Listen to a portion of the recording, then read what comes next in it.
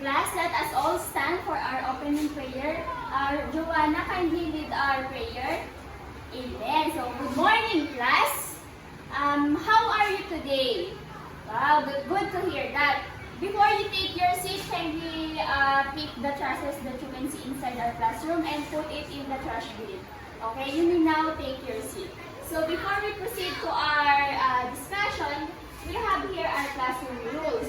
Always try your best, be kind, share with others, show respect, work quietly, be responsible, raise your hand if you want to answer, and listen to the speaker. Before we start for our discussion, let's find out what are learning goals. So first, at the end of the lesson, you are able to identify the elements of a story, characters, setting, and plot, beginning, middle, and ending.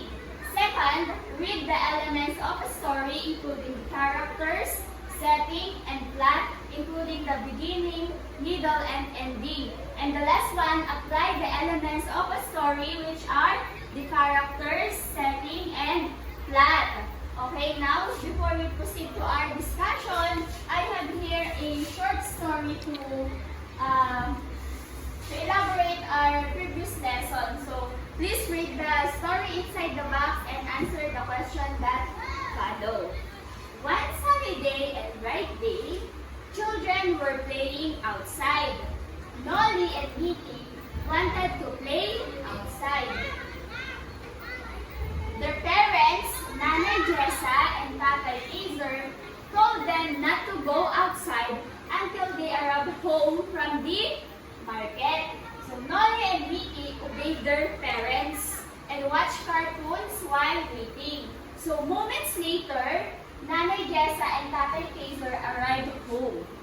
They bought rice cakes for their children, and after eating, they went out excitedly and played with their friends. So I have here some questions. So number one, it was a sunny bright day. Children were playing outside. What is the tone in the sentence? Is it disappointed or relaxed? Kayla, very good. It is relaxed. Number two, after eating, they went out excitedly and played with their friends. What is the mood in the sentence? Trisha, alright, it is excited. Number three, Nolly and Mickey obeyed their parents and watched cartoons while waiting. What is the tone in the sentence? Is it obedient or excited? Janet, very good. They are obedient. Number four, what is the general mood of the story? Is it happy or sad? Kaiser, very good. It is happy. So I have also here a short story entitled Kate and Her Big Family. So let us all read. Kate and her friend wanted to put on a play. They needed room to practice. So Kate's mom was in the living room. Her sister were in the bedroom. Her dad was in the kitchen baking a cake. So, Mom, can you play in your room? Asked Kate. No, Grandma is napping, she said. There are too many people in this family, said by Kate. So then Kate had an idea. She got some sheets. The girl went outside. They made a tent with the sheets. So they practiced in the tent. Then Kate's family came to see their play. They cheered and clapped. Kate smiled at everyone. And she said, I'm glad that I have such a big family. Now, let's proceed to answer the following. What is the title of the story, Kyla? Okay, it is Kate and Her Big Family. So, who is the main character in the story? Janet. Very good. Kate and her family. What did Kate and her friend want to do? Franzel? Okay, they wanted to play and act. And where did the story happen? Rika. Okay, very good. The story happened outside their house. So where did Kate and her friend practice their plays? Angela. Very good. They practice their play outside their house. So, do you know that the story consisted of different elements of the story? So, let's proceed to the character. So, the character is a person, animal, or sometimes even an object that takes part in the action. So, it answers the question, who? So, for example, Janet went to the market to buy some vegetable and fruits. So, who went to the market to buy some fruits and vegetable? It is Janet. So another example, Trisha went to the park to play. So, who went to the park to play? It is Trisha. Next is the setting. The setting is the place and time which the story happens. It answered the question where and when. So, for example, at 4 o'clock in the afternoon, Jonabel is planting a tree in their backyard. So, what time did Jonabel plant in their backyard? It is when 4 o'clock in the afternoon. So, where Jonabel did planting? In their backyard. So, next is the plot.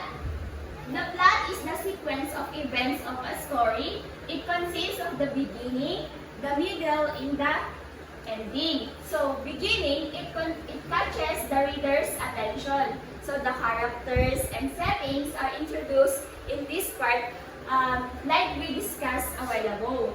So, in the middle, it presents the events in details about what happens to the character. So, basically, it happens during or in the middle part of the story. So, while in ending, it shows how the characters change or are different than they were at the beginning of the story. So, this part also gives solution to the problem. So, are we clear? Do you have any questions?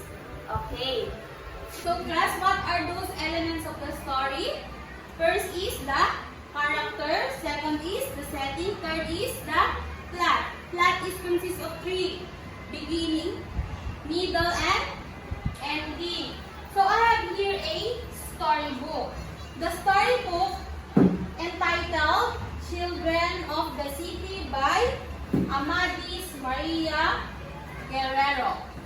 The story revolved around 8-year-old Victor, the son of a dock worker and an unemployed mother who lived in the shanties. The story started when his father got involved in a strike because the workers believed they were being robbed their fair share of compensation by the higher-ups. Victor, innocent and unknowing, just went along because he wasn't that informed of how the world worked yet. During one of the strike, in an unfortunate turn of events, Victor's father got shot, along with many others. That moment was the catalyst of how Victor's life would turn out to be. They held a funeral in honor of his father, and his mother grieved for a while. She moved on in a short span of time. When she finally brought home another man who was nothing like Victor's dad, she and the man left home, claiming they were going out on a long vacation. And Victor was entrusted to his Tio Pedrin, who helped with his employment as a newsboy. His father few days were rough, but he was finally getting the hang of it and was getting a lot of newspapers sold. He befriended Nasho, another newsboy, who is a so-called troublemaker. He tried to do his best at his job and was rewarded for the hard work. He finally felt free and happy when a sailor gave him 2 pesos, giving him a tether of hope in the world. Again, it was away because of Nasho's death and the pressure put onto him by his fellow workers. In the end, he succumbed to the vices when he finally realized how cruel the world is and that no one can really harness of reality. So, based on the story, who are the characters on the story?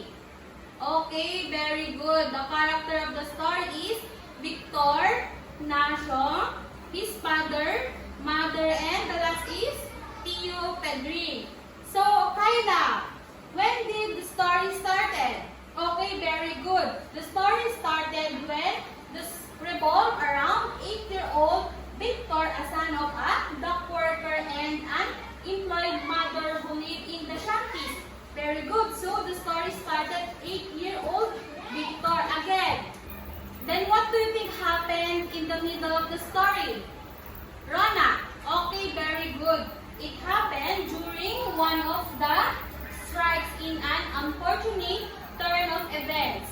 Victor's father got shot along with many others. That moment was the catalyst of how Victor's life would turn out to be. Then what is the ending? So the ending is, in the end, he succumbed to the vices when he finally realized how cruel the world is and that no one can really escape the harness of the reality. Okay, very good. So remember, in plot, there is a beginning, middle, and ending. So, next, we have a individual activity. I have here a story entitled At the Park.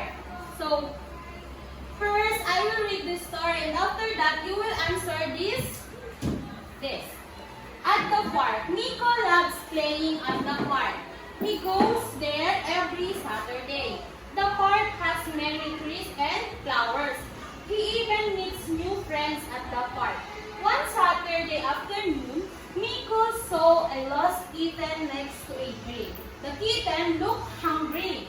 Nico brought home the cat and gave some milk and a piece of bread. From then on, the kitten became Nico's pet. They always go to the park and play together. So, here's your individual activity. Match column A to the elements of the story. In column B, write the letter of your answer in your notebook. So, are you done? Okay, if you are done, let's check your work. Kyla, number 1.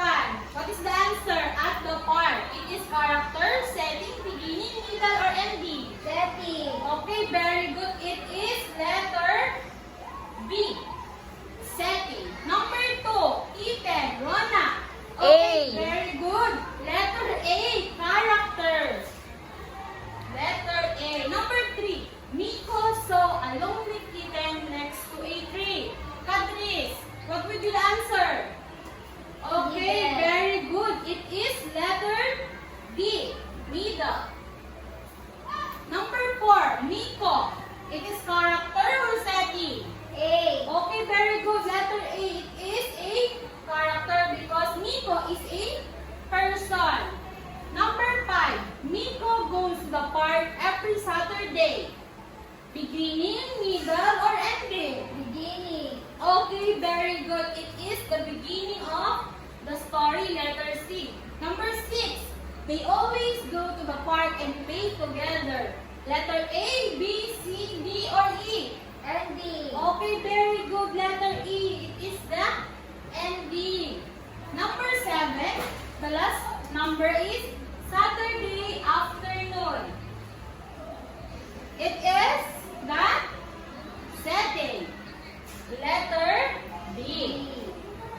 Okay, so based on what we discussed a while ago, what are the elements of the story?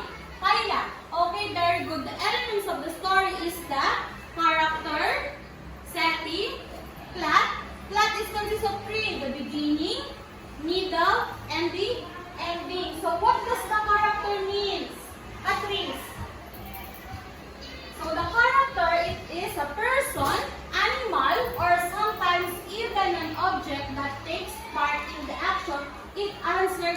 question who. Again, the character is a person, animals, or sometimes even an object. Second, what is the setting? Kyla. Setting is the place and time. So the place and time in which the story happened. It answered the question where and when. Again, it answered the question when and where. And last, the plot. When we say plot, what is it? The plot is it is the sequence of events of a story. It consists of the beginning, middle, and the ending. So beginning, it catches the reader's attention. The characters and setting are introduced in this part. Middle, when we say middle, it presents the events and details about what happened to the characters. And when we say ending, it shows how the characters change or are different than they were at the beginning of the story. This part also gives solution to the problem. Did you understand? Any clarification, class? Oh, okay. Let us group ourselves into two groups. This first row will be the group 1 and the second row will be the group 2. I will give you a story, then you will answer it by your group mates. This is for group 1 and this is for group 2. I will give you 10 minutes. If you finish that, you will pass those story in front. Okay, are you done? Okay, if you are done, please pass it forward. Thank you. Okay, very good. So now, for our last activity, I will give you an answer sheet. It is individual activity. Please pass it backward. Pass it backward. I will give you 5 minutes to answer that. Are you done? Okay, if you are done, please pass it forward. Okay, thank you.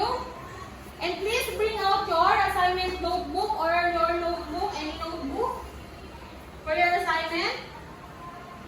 Direction, read your favorite story and complete the graphic organizer in your assignment notebook. Goodbye, class.